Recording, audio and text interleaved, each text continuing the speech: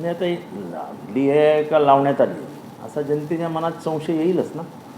किंवा मला आठवतं मंत्रालयाला आग लागली होती, ती नैसर्गिक होती. पण तेव्हा आत्ताच्या सत्तेमध्ये असलेल्या आणि तेव्हा विरोधी पक्षात असलेल्या लोकांनी जी काय बोंबाबोंब केली होती, आग लावली आग लावली आग लावली, आता तीच उलटी फिरते. आता बोंबाबोंब होईल, आग लावली आग लावली आग लावली. आता लावली का लागली हे परमेश्वराला माहीत.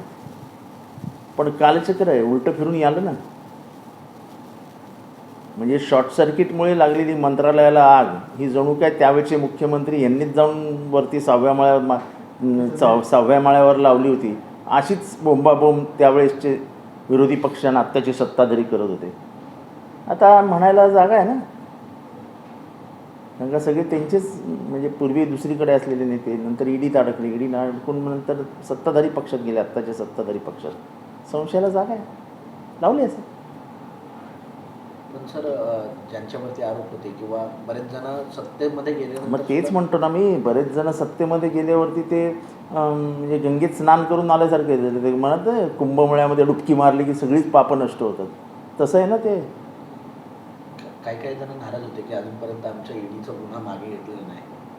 ते ठीक आहे, पण आग कशी लागली असं जनता प्रश्न विचारला ना. तुम्हीच लोकांच्या मनात हे भूत घातलं आहे की अशी आग लागत नाही, आग लावलीच जाते. असे सगळेजण मुलाखती देत होते विरोधी पक्षात असताना, जे आत्ता सत्ताधारी पक्षात आहेत. कुठेतरी संशय व्यक्त केला तर महत्त्वाचे पुरावे त्या ठिकाणी नाही तेच ना, ईडीच्याकडे महत्त्वाचेच पुरावे असतात. ईडी थोडी पेपर जमा करते, ईडीकडे महत्त्वाचेच पुरावे असतात. त्याचं उत्तर द्या आता. 10 तास ही आग लागली होती, यामध्ये चोक्सी असेल, नीरव मोदी असेल, ते जे काही कोणाचेही असो, तो नीरव मोदी असो नाहीतर अजून कोणी चोक्सी असो फोक्सी असो, त्याला काय करायचं, आम्हाला काय करायचं कोण. पण आग लावली असं जेव्हा जनता ओरडते तेव्हा उत्तर द्यायचं. कारण का तुम्ही ही सवय महाराष्ट्राला लावली. कुठलीही नैसर्गिक आपत्ती जणू काय घडवूनच आणली आणि तिचं राजकारण तुम्ही केलं, आम्ही नाही. आता ती बुमरँग होत आहे. तुम्हीच बोंब करत होते, मंत्रालयाला आग लावली, मंत्रालयाला आग लावली, 70,000 कोटीच्या फायली जाळ्या, 70,000 कोटीच्या फायली. त्याच 70,000 कोटीच्या फायली ईडी कार्यालयात होत्या.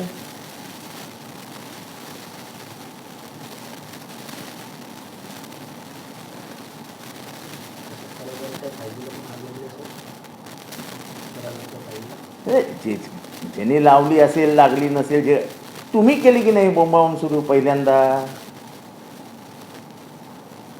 70,000 कोटीच्या फाईलींना वाचवण्यासाठी, त्या माणसाला वाचवण्यासाठी आग लावली यांनी. आता काय बोलायचं आम्ही.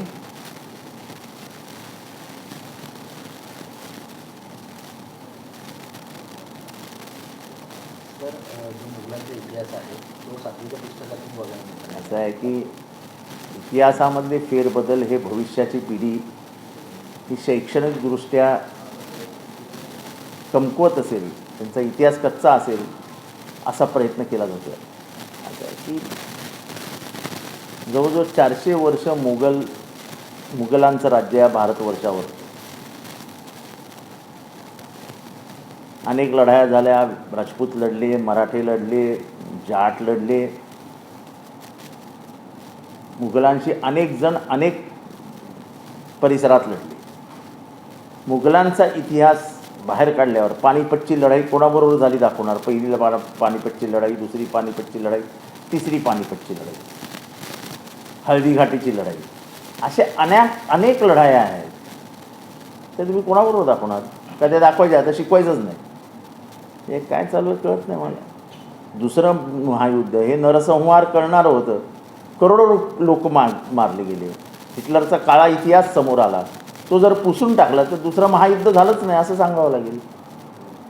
इतिहास पुसण्यासाठी नसतो, इतिहासातनं शिकायचं असतं आणि भविष्य घडवायचं असतं. आम्ही इतिहास पुसला तर आम्हाला कळणारच नाही आमचे पूर्वज करत काय होते. शिवाजी महाराजांचा दैदिप्यमान इतिहास, त्यांचं शौर्य, त्यांचा गनिमी कावा हा कसा ठळकपणाने समोर येईल.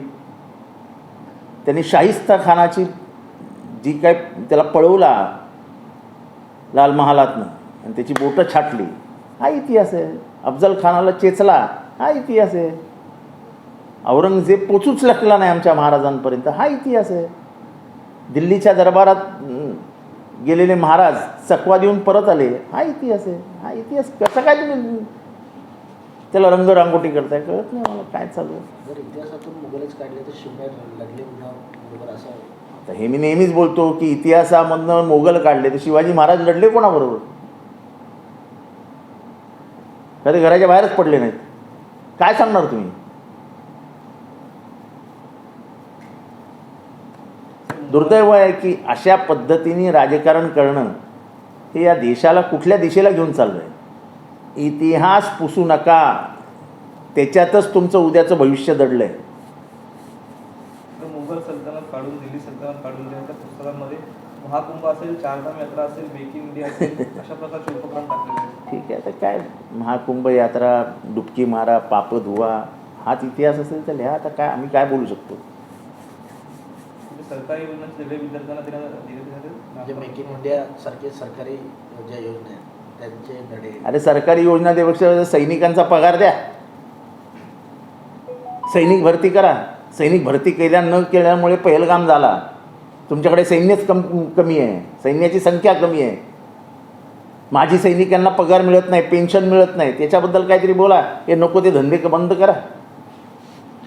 जे पाकिस्तानमध्ये भारतात आलेल्यांना जर आज जर पकडलं गेलं तर 3 वर्षांचा तुरुंगवास भारतामध्ये होणार आहे. जो कायदा प्रचलित कायदा असेल त्या कायद्यानुसार कारवाई करावी.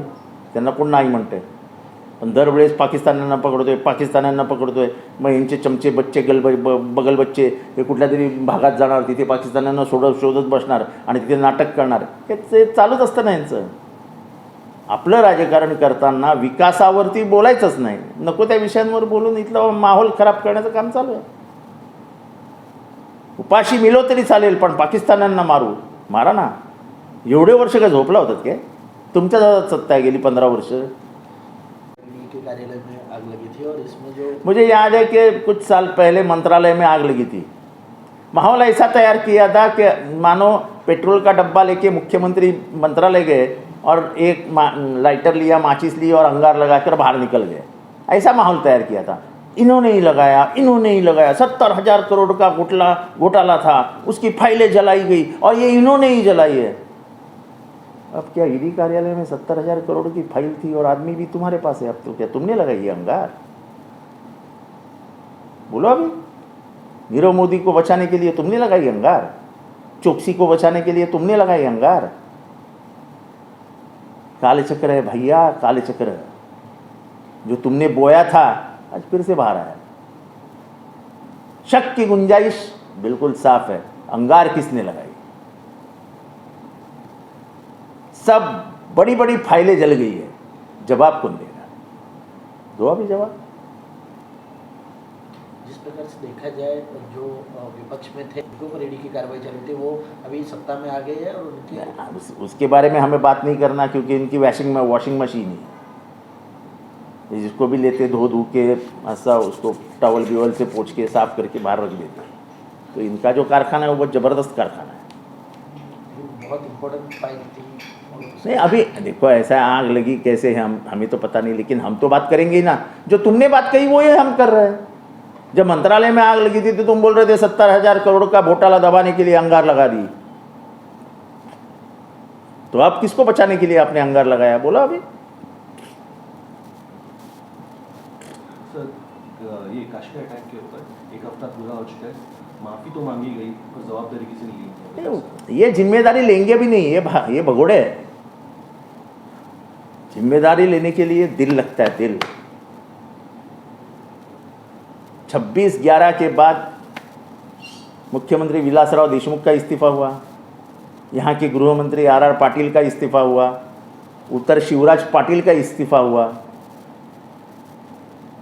हमको कहाँ किसी की जान की पड़ी है? हो गया, हादसा था, अतिरेकी आए. हम इसके ऊपर बात नहीं कर रहे कि सेना की संख्या कम थी, हमने सेना में 4 साल भर्ती ही नहीं की.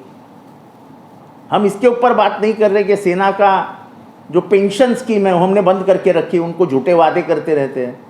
हम बात ही नहीं कर रहे हैं.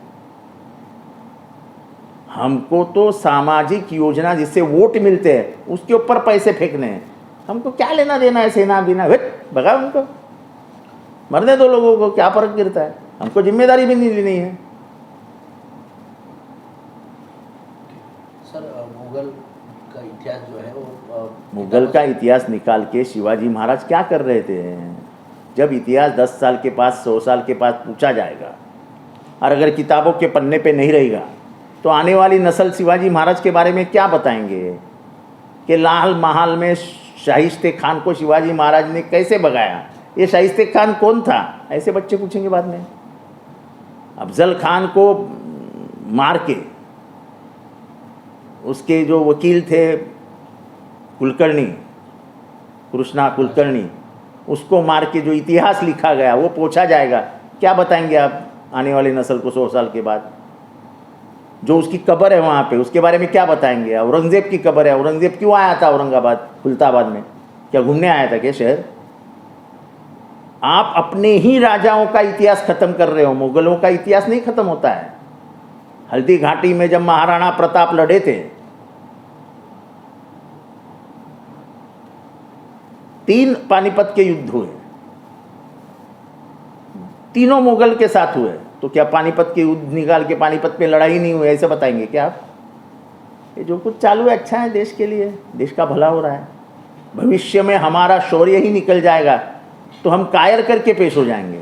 हम कायर नहीं थे, ये देश कायरों का नहीं है, ये देश मर्दों का है, नामर्दों का नहीं है।